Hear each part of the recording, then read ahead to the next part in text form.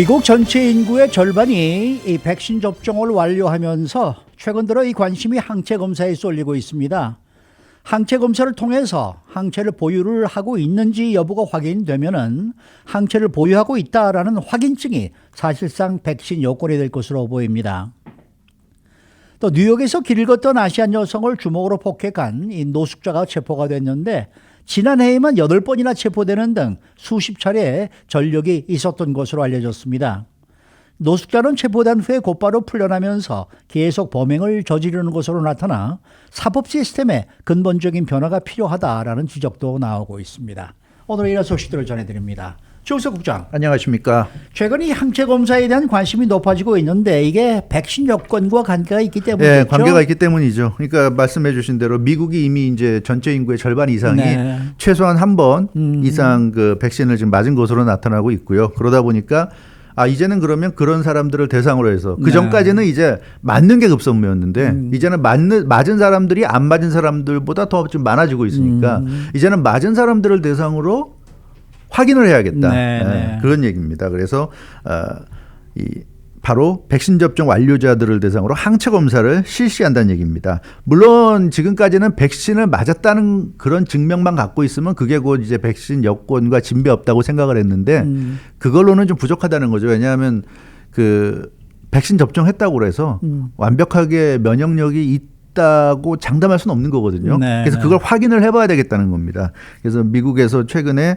이 항체 검사의 중요성이 갈수록 지금 늘어나고 있다는 그런 소식입니다. 그래서 백신 접종자들이 이제 항체 검사를 받으면 몸 안에 항체가 있는지 없는지가 드러나게 되고요. 특히 병원에 가서 제대로 이 항체 검사 받게 되면 있다 없다 뿐만 아니라 있는 경우에는 어느 정도까지 있는지 항체가 뭐 거의 완벽하게 있는지 있긴 있는데 좀 다른 사람들보다 좀 부족하다든지 그 퍼센테이지까지 나오거든요.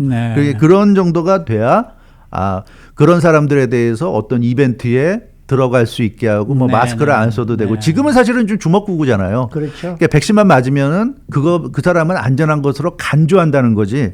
그래서 그 부분에 대해서 확실하게 이제 항체가 생겼는지 안 생겼는지를 완전히 이제는 파악을 해야 되겠다. 이제 그런 쪽으로 가고 있다고 합니다. 그 백신 접종자들에 대한 항체 검사는 어떻게 하는 거예요? 네. 일단 지금 미국에서는 약국에서 간단하게 이루어진다고 합니다. 뭐 CVS라든가 월그린, 라이트에이드 같은 각종 대형 약국들에서 코로나19 항체 검사가 실시됩니다. 엔티바디 테스트인데요. 통상적으로 백신 접종 완료가 되고 나서 컴플리트하고 나서 한 달 지나면 그러니까 뭐 존슨앤존슨 맞으신 분들은 그 존슨앤존슨 맞고 한 달 지난 다음에 하면 되고 파이자나 모더나 같은 경우는 두 번째 주사를 맞고 한 달이 지나고 나서 그 다음에 이제 이거 검사하면 되는 건데요. 그 항체 검사도 이제 예약이 필요합니다. 그래서 각 대형 약국의 웹사이트에 들어가면 이거 그 예약을 할 수가 있어요. 본인이 원하는 날짜와 시간을 정해서 예약하면 그 날짜와 시간에 가서 받으면 되는데 예약하는 당일날 내가 오늘 지금 예약을 하는데 오늘 받고 싶다. 그럼 웬만한 데선 다 오늘 가능하다고 그럽니다. 그래서 항체 검사는 뭐 아직은 그렇게 뭐 이 트래픽이 잘 없는 것 같아요. 그래서 바로 할 수 있고 뭐 대부분 다 그렇겠지만 자신의 집에서 가장 가까운 거리에 있는 약국을 선택해서 예약을 하면 되고요. 신분증을 가져가서 신분증 확인받고 검사료를 내면 된다고 그럽니다. 뭐 지역에 따라 다소 차이가 있겠지만 한 30-40달러 정도면 된다고 그러는데 뭐 보험 처리가 될 수도 있으니까 보험 또 항상 체크를 하셔야 될 것 같고요.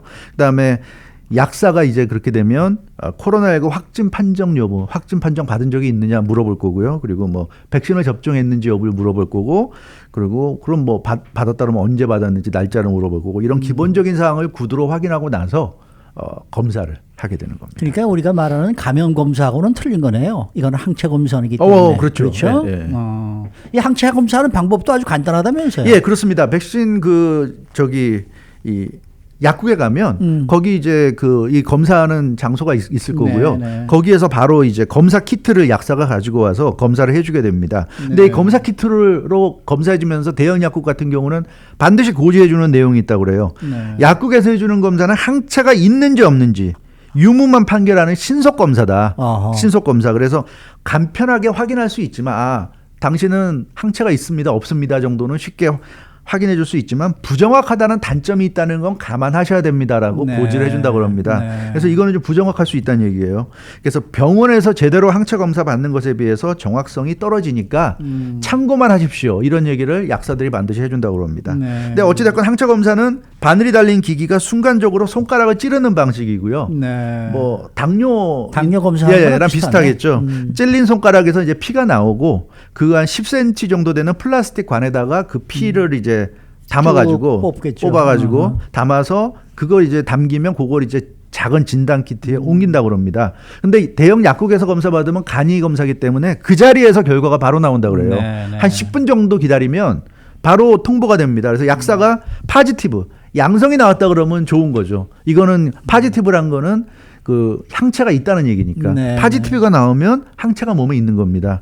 그 백신 접종 효과가 제대로 있다는 게 이제 확인되는 거니까 좀 안심해도 되고요. 근데 진단 키트 보면 크게 세 개가 있어요. C가 있고 LGG가 있고 LGM이 있습니다. 네. 그러니까 우리가 왜 임신 집에서 하잖아요. 네. 간이로 그거랑 네. 비슷해요. 그래서 이 C LGG, LGM 세 가지로 되어 있는데 C에 빨간 줄이 나타나면 항체가 없다는 얘기입니다. 어허. C에 나타나면 LGG나 LGM에 빨간 줄이 나타나면 항체가 있는 거예요. 네. 그러면 LGG와 LGM은 어떻게 다르냐? 다릅니까? LGG는 항체가 형성된 지 상당한 시일이 흘렀다는 의미입니다.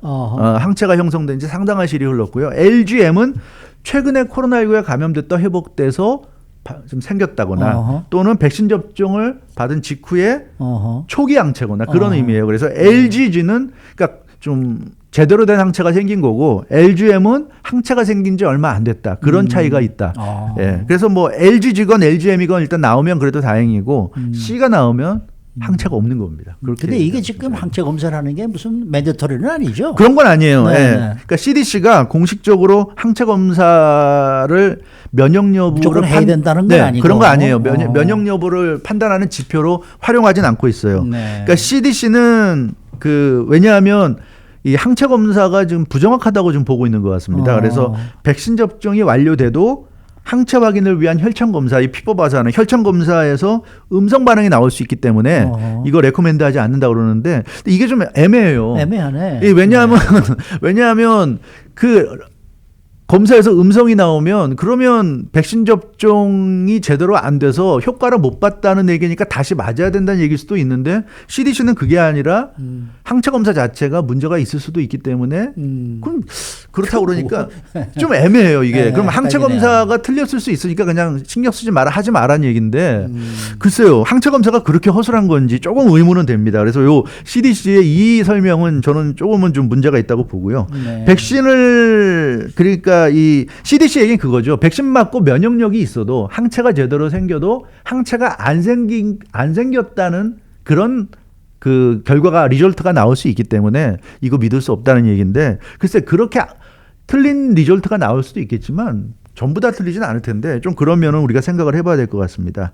근데 그 문제는 CDC가 이렇게 레코멘드하지 않지만 일선에서는 예를 들어서 내가 어떤 이벤트 기획자라면 내가 예를 들어 뭐 5,000명, 10,000명을 입장시켜야 되는 입장이면 단순히 백신 주사 맞았다는 것만 갖고 입장시키기는 좀 불안하잖아요. 그랬다가 코로나19 감염 사태라도 일어나면 그 뒷감당을 못하니까 그런 데서는 반드시 좀 엔티바디 테스트, 이 항체 검사까지 받고 거기서 양성 판정 받은 것까지 갖고 오기를 바라는 거죠. 그러면 좀 확실하다. 왜냐하면 실제 몸 안에 항체가 있다는 것까지 증명이 되는 거니까.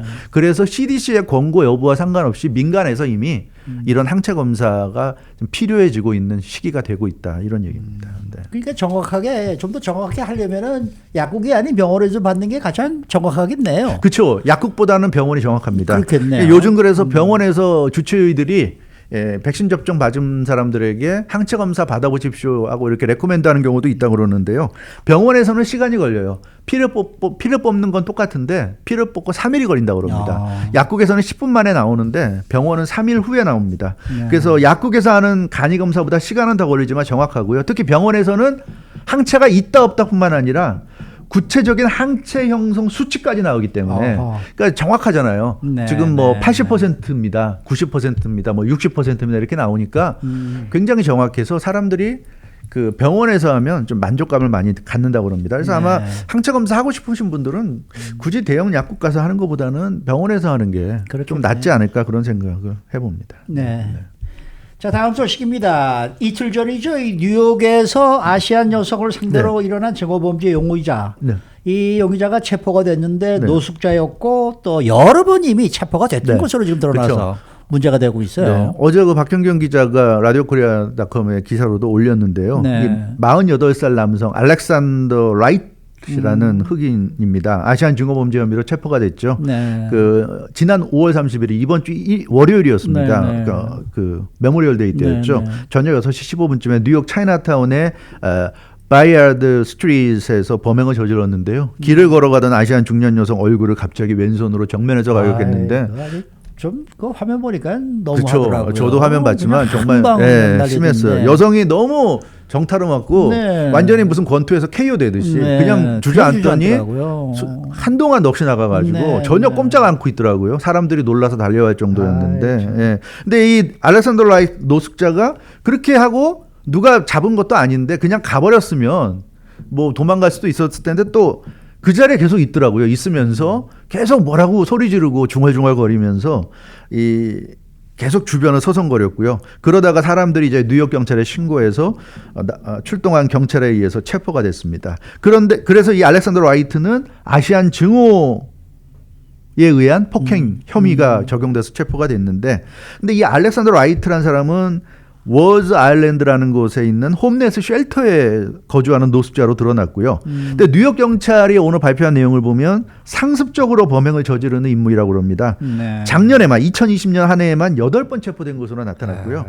지금까지 총 40번 40여 차례나 범죄 혐의로 체포됐다고 합니다. 그러면서 뉴욕 경찰은 이 감정 조절이 되지 않는 대단히 위험한 인물이다. 이렇게. 아니 근데 40번이나 체포가 되고 지난해에만 8번 체포가 됐는데 어떻게 이렇게 길거리를 그렇게 이렇게 다닐 수가 있어요. 그게 좀 이해가 안 돼요. 그래서 이 알렉산더 라이트가 체포를 참 많이 당했는데 사실 체포를 이렇게 많이 당했다는 이유는 한번 체포돼서 뭐 징역을 살거나 이럴 경우에는 체포를 많이 당할래야 당할 수가 없죠. 그렇죠. 감옥에 있으니까. 근데 이렇게 많이 체포됐다는 건 체포되고 바로바로 풀려났다는 얘기예요.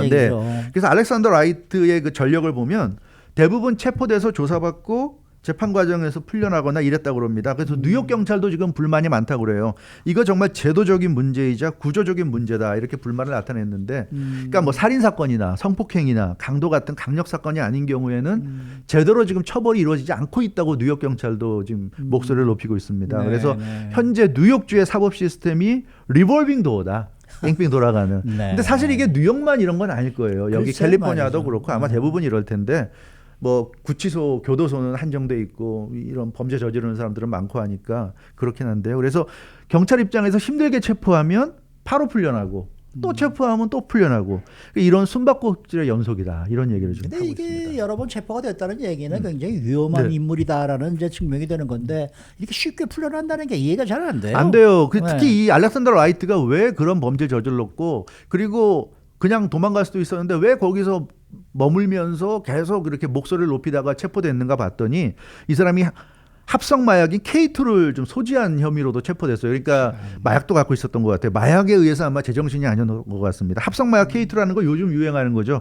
마리화나에다 화학 물질을 섞은 겁니다. 그래서 K2를 복용하게 되면 정신 착란 상태에 쉽게 빠지게 된다고 합니다. 그래서 마리화나보다 훨씬 더 강도가 높은 그런 이제 합성 마약인데 갑자기 소리 지르고 공격적으로 변해서 누군가를 습격할 수 있다고 그래요. 이 합성 마약 K2를 복용하게 되면. 그래서 이 아시안들이 지금 불안감을 호소하고 있다고 합니다. 이렇게 마약에 취한 노숙자나 뭐 하여튼 마약에 취한 사람들이 길거리에서 갑자기 공격하는 일이 생기는데 그게 아마 이런 마약 관련된 것이 아닌가 이렇게 의심하고 있고요. 근데 길에서 갑자기 습격당하면 이번에 영상 보면 아시겠지만 갑자기 멀쩡히 지나가다가 갑자기 주먹을 날리는데 그 누가 피할 수 있겠습니까? 누구든지 당하는 예, 거죠. 당연히 걸리는 거죠. 그나마 이번에 맨주먹으로 가격했기 때문에 생명에 지장이 없었고요. 이게 단순 폭행으로 끝났지만 그 사람이 예를 들어서 뭐 손에 흉기라도 있었다고 하면 꼼짝없이 목숨을 잃었을 거예요. 그렇기 때문에 이 노숙자 문제, 특히 마약과 관련된 문제는 좀 종합적인 대책이 나와야 한다는 지적이고요. 많은 아시안들이 특히 요즘 아시안 헤이 크라임이 많은데 너무 좀 무섭다. 그렇다고 어떻게 거리 지나갈 때마다 주변 사람들을 다 의식하면서 갈 수도 없는 거고. 글쎄요. 예. 그래서 좀 치안과 관련해서 너무 좀 느슨하니까 이 순찰 활동이라든가 이런 걸 좀 더 강화해야 된다 이런 목소리. 주위에 정말 시내 나가기가 좀 겁이 난다는 분이 많아요. 맞아요. 네. 뭐 언제 무슨 일이 벌어질지 모르니까 말이죠. 사람들이 많은 곳은 네. 좀 피해야 될 거 없고 되도록이면 자동차를 타시고 움직이시고 그렇죠. 좀 길거리 이렇게 걸어다니고 그러는 거는 좀 피하시는 게 좋지 않을까. 근데 어떻게 세상이 이렇게까지 됐어요? 그렇죠. 이게 말이 안 되죠. 요즘 그래서 운동도 밖에 못 나가고 집안에서 하는 분도 많으시다 그러는데 참 안타까운 현실인 것 같습니다. 글쎄 말입니다. 수고 많으셨습니다. 주영수 국장이었습니다.